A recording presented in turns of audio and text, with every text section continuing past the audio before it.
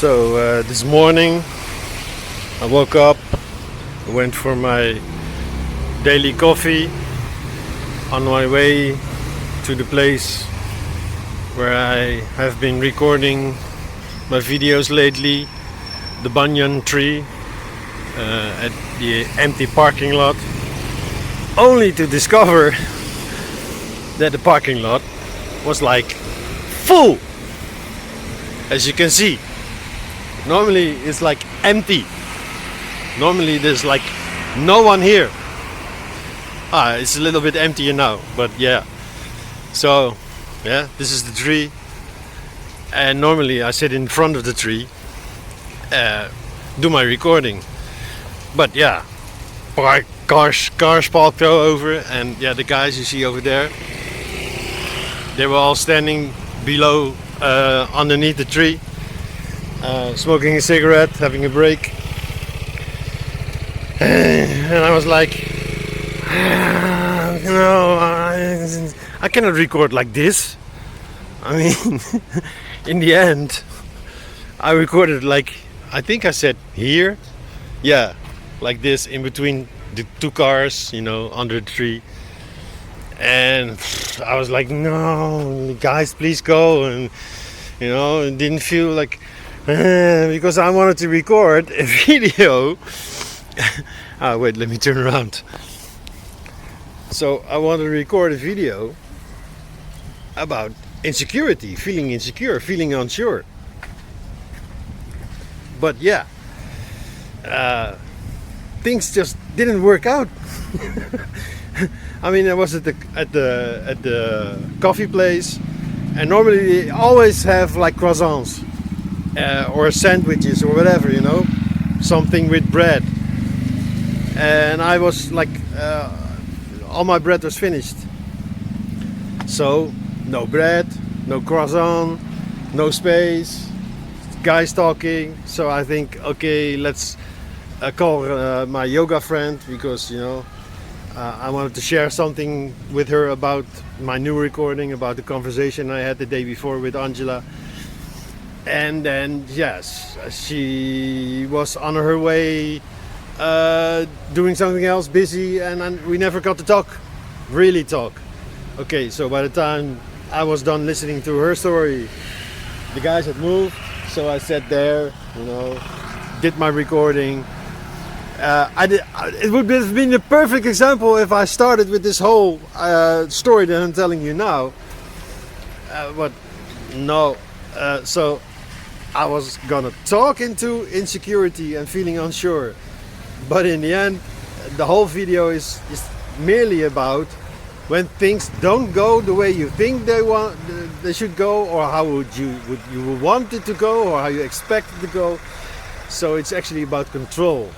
But yeah, it's a perfect example of what happens when you feel unsure, when you feel insecure. So here is the original video from this morning. Maybe you look at it now from a different perspective.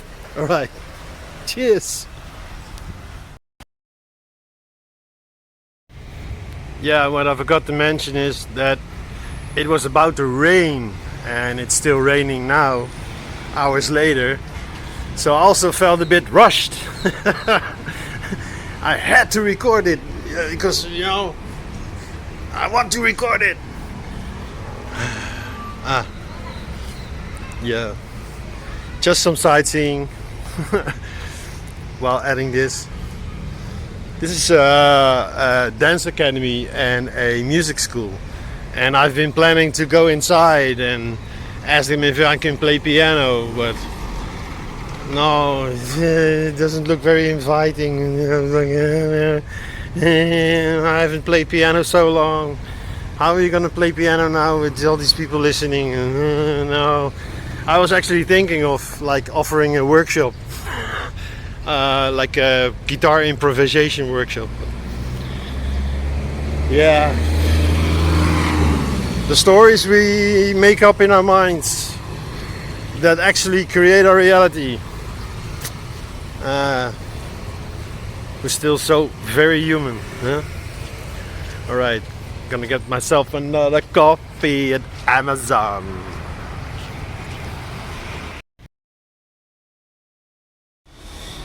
Hello, hello.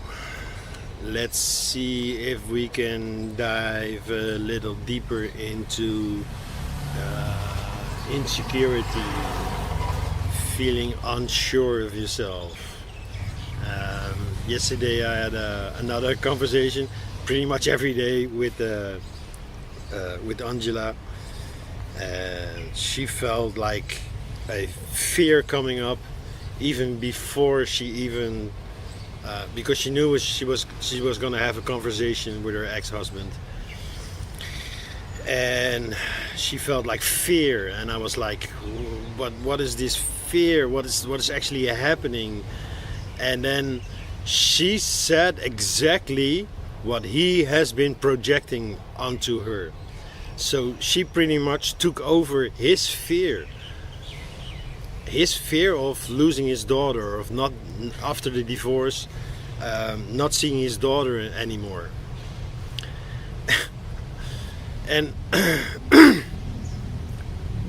I could really sense, no, it's not fear that she is feeling, it's his fear that she's feeling. I mean, this is what we empaths do. This is what we high sensitive people do, you know. We are constantly checking our environment for, possible danger. So we live in this fearful state, but it's actually not fear. She is not afraid of him being the asshole. No, she knows he's gonna be the asshole. He's gonna always find a way to I was gonna say boycott her, but what's the proper word? Sabotage. Yeah, he's always gonna find a way to sabotage her, to be in her way, because she wants to grow. She's growing really fast. She's changing really fast. She awakened like a couple of years ago, and decided, okay, no, this is no longer working.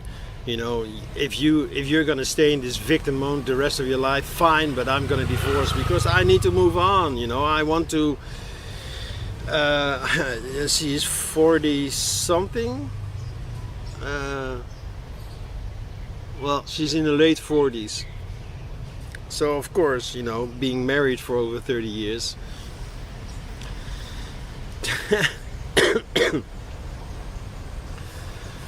So what I sensed with her was like this unsure feeling, and this is because she starts doubting herself by his projections.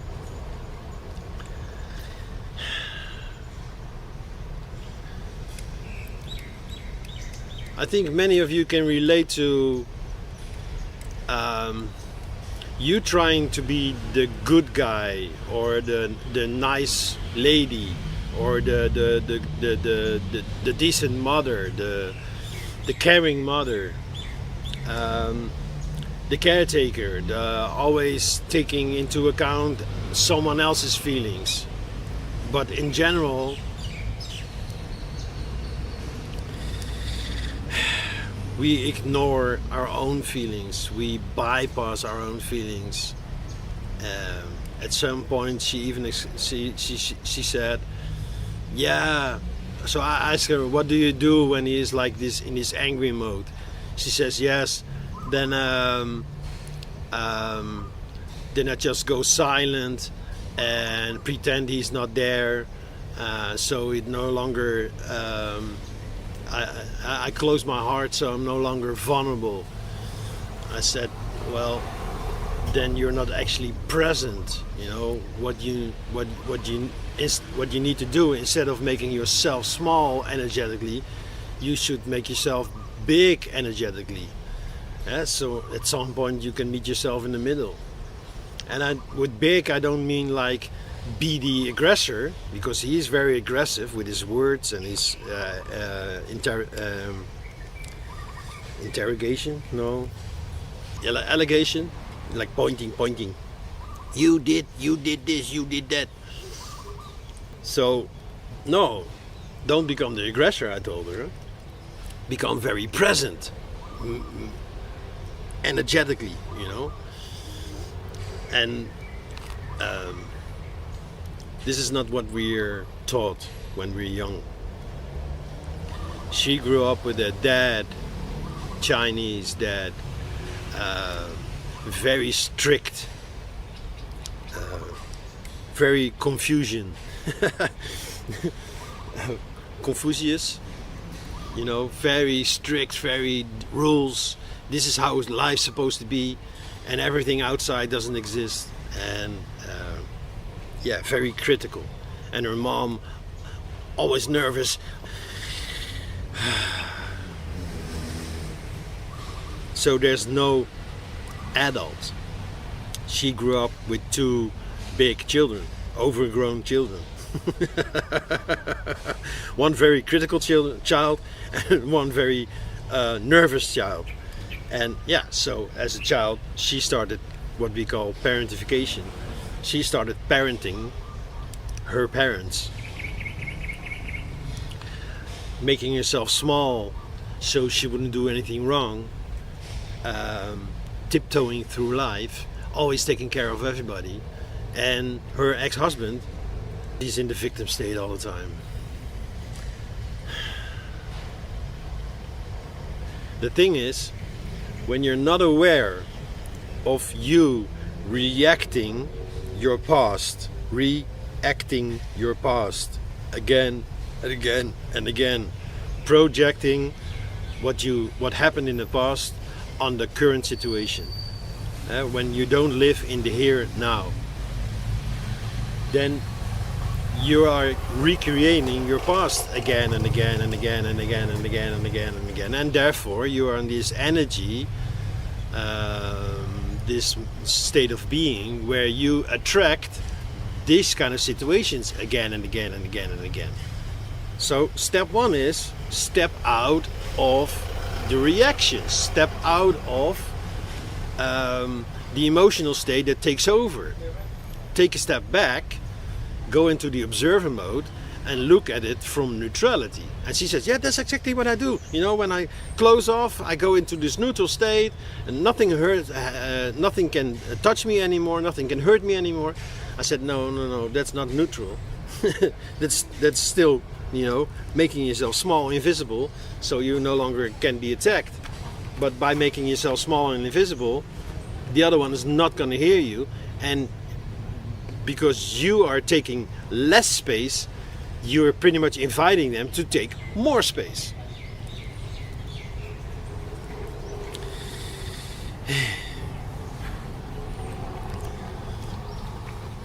My insecurities mostly come from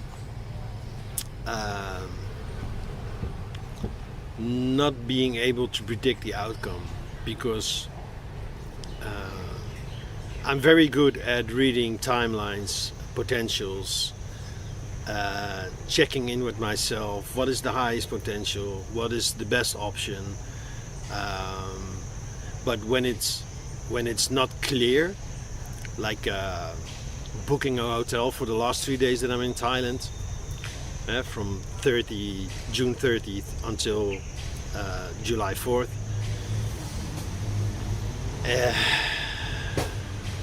I find it really hard to make a decision, especially when there's like non-cancellation, like non-refundable,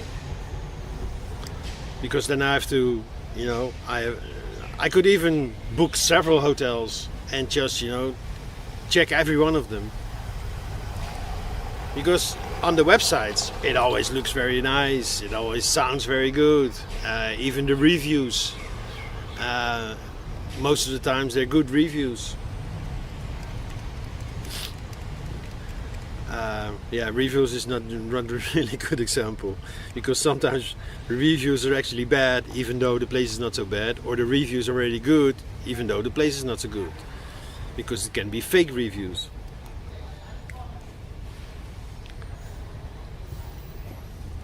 My point is,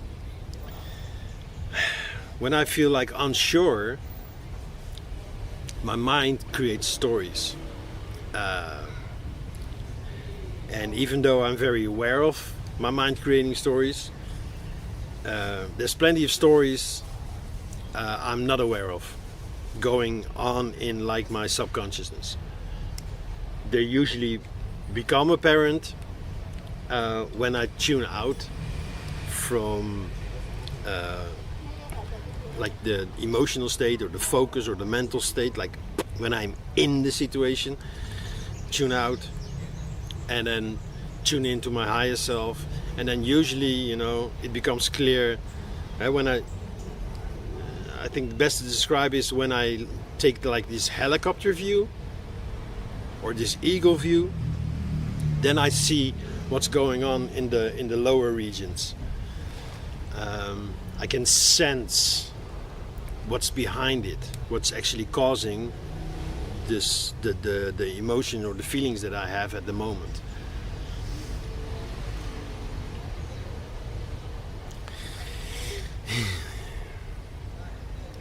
So much more I want to talk into, but it feels like it's gonna rain, so I'm sweating. Yeah, one thing I forgot to mention, I moved from room 202 to room 203. I made a short video about it. I will link it in the end screen and in the description. I will keep it unlisted. But yeah, so if you're interested, there's a short video about room 202 and 203.